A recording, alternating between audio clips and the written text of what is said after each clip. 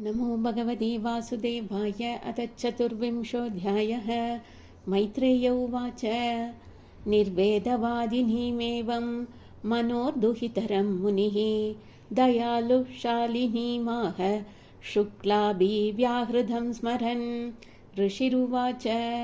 मा किदो राजपुत्री तम् आत्मानं प्रत्यनिन्दिते। भगवान् ते अक्षरो गर्भम् अदूरा सम्प्रपत्स्यते। धृतव्रतासि भद्रं ते दमेन नियमेन च तपोद्रविणधानैश्च श्रद्धया चेश्वरं भज। स त्वयाराधितः शुक्लो वितन्वन् मामकं यशः चेता ते हृदयग्रन्थिम् औद्धर्यो ब्रह्मभावनः। मैत्रेय उवाच। देवहूत्यभिसन्देशं गौरवेण प्रजापतेः सम्यक् श्रद्धाय पुरुषं कूटस्थम् अभजत् गुरुं। तस्यां बहुतिथे काले भगवान् मधुसूदनः कार्दमं वीर्यमापन्नो जज्ञे अग्निरिव दारुणी। सर्वत्र गोविन्दनाम संकीर्तनं। गोविन्दा गोविन्दा। तस्यां बहुतिथे काले भगवान् मधुसूदनः कार्दमं वीर्यमापन्नो जज्ञे अग्निरिव दारुणी। अवातयन् तथा व्योम्नि वादित्राणि गणाः गायन्ति तं स्म गन्धर्वा नृत्यन्ति अप्सरसो मुधा। पेतुः सुमनसो दिव्याः केचरैरपवर्जिताः प्रसेदुश्च दिशः सर्वा अम्बांसि च मनांसि च। तत्कर्दम आश्रमपदं सरस्वत्या परिश्रितं स्वयंभू साकं ऋषिभिर्मरीच्यादिभिरभ्ययात्। भगवन्तं परं ब्रह्म सत्त्वेनांशेन शत्रुघ्न तत्त्वसङ्ख्यानविज्ञप्त्यै जातं विद्वान् अजस्वराट्। सभाजयन् विशुद्धेन चेतसा तच्चिकीर्षितं प्रहृह्यमानैरसुभिः कर्दमं चेदमभ्यधात्। ब्रह्मोवाच। त्वया मे अपि चितिस्तात कल्पिता निर्व्यलीकतः यन्मे सञ्जगृहे वाक्यं भवान् मानयन्। एतावत्येव शुश्रूषा कार्या पितरिपुत्रकैः बाढमित्यनुमन्येत गौरवेण गुरोर्वचः। इमा दुहितरः सभ्य तव वत्स सुमध्यमाः सर्गमेतं प्रभावैः स्वैर्बृंहयिष्यन्ति अनेकधा। अधस्त्वं ऋषिमुख्येभ्यो यथा शीलं यथा रुचि आत्मजा परिदेह्यद्य विस्तृणीः यशो भुवि।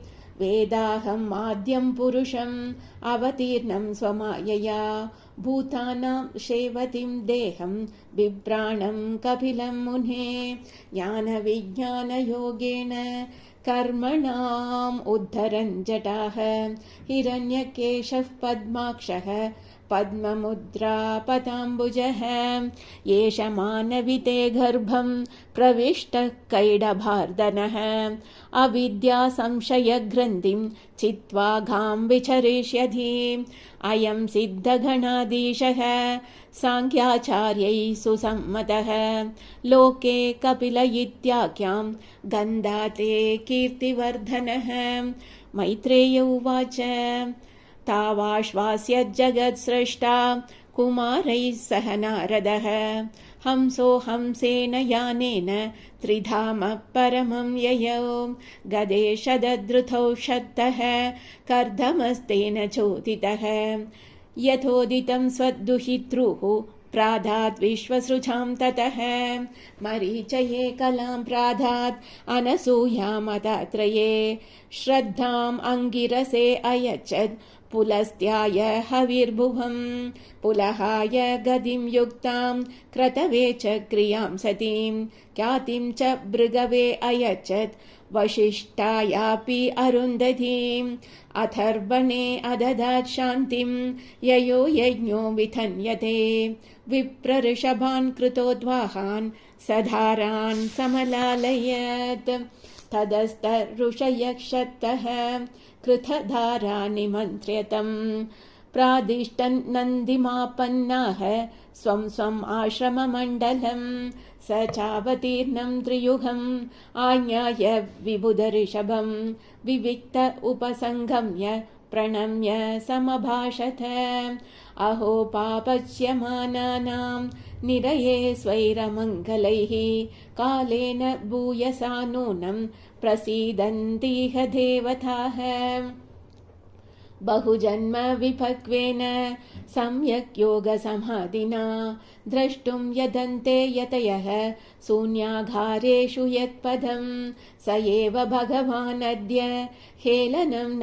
गणय्यनः गृहेषु जातो ग्राम्याणां यस्वानां पक्षपोषणः स्वीयं वाक्यं वृथं कर्तुम् अवतीर्णोऽसि मे गृहे चिकीर्षुर्भगवान्यानं भक्तानां मानवर्धनः तान्येव ते अभिरूपाणि रूपाणि भगवन्तव यानि यानि च रोचन्ते स्वजनानाम् अरूपिणः त्वां सूरिभिस्तत्त्वबुभुत्सयाधा सदाभिवादार्हणपादपीठम् ऐश्वर्य वैराग्य यशोवबोध वीर्यश्रिया पूर्तमहं प्रपद्ये परं प्रधानं पुरुषं महान्तं कालं कविं त्रिवृतं लोकपालम् आत्मानुभूत्यानुगतप्रपञ्चं स्वच्छन्दशक्तिं कपिलं प्रपद्ये आस्माभिपृच्छेद्यपतिं प्रजानां त्वयावतीर्णार्न उदाप्तकामः परिव्रजत्पदवीम् आस्थितोऽहं चरिष्ये त्वां हृदि युञ्जन् विशोकः। श्रीभगवानुवाच मया प्रोक्तं हि लोकस्य प्रमाणं सत्यलौकिके अथ जनि मया तुभ्यं यदवोचं ऋतं मुने एतन्मे जन्मलोकेऽस्मिन् मुमुक्षूणां दुराशयात् प्रसंज्ञानाय तत्त्वानां सम्मताय आत्मदर्शने एष आत्मपदो व्यक्तो नष्टकालेन भूयसा तं प्रवर्तयितुं देहम् इमं विद्धि मया वृथम् गच्छ कामं मया पृष्टो मयि सन्न्यस्तकर्मणां जित्वा सुदुर्जयं मृत्युम् अमृतत्वाय मां भज मामात्मानं स्वयं ज्योतिः सर्वभूतगुहाशयम् आत्मन्येवात्मना वीक्ष्य विशोको अभयं रुच्यसि मात्र आध्यात्मिकीं विद्यां शमनीं सर्वकर्मणां वितरिष्ये यया चासौ भयं च अधितरिष्यति।